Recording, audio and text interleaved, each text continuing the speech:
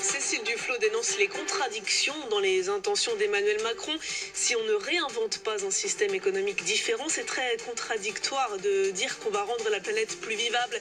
Affirmation de la directrice générale d'Oxfam France sur France Info. Le président s'est adressé aux Français avant le début du G7 aujourd'hui à Biarritz. Il s'engage pour la réduction des déchets textiles et pour la réduction de la vitesse du fret maritime.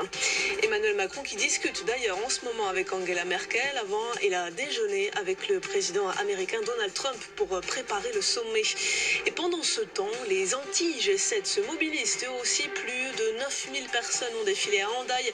Leur slogan, tous ensemble contre le G7, urgence planète ou encore le capitalisme n'est pas immortel. Le parquet de Tarn-et-Garonne ouvre une enquête. Le maire de Septfonds a reçu des menaces de mort. Un internaute a appelé à le brûler.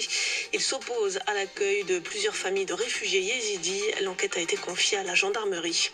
7 personnes interpellées après des cambriolages chez 2 footballeurs du PSG, 6 hommes et une femme âgés de 25 à 29 ans.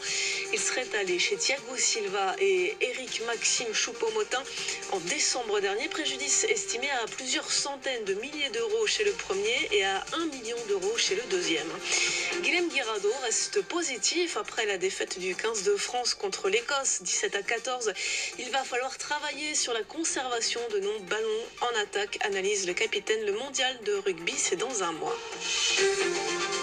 France Info.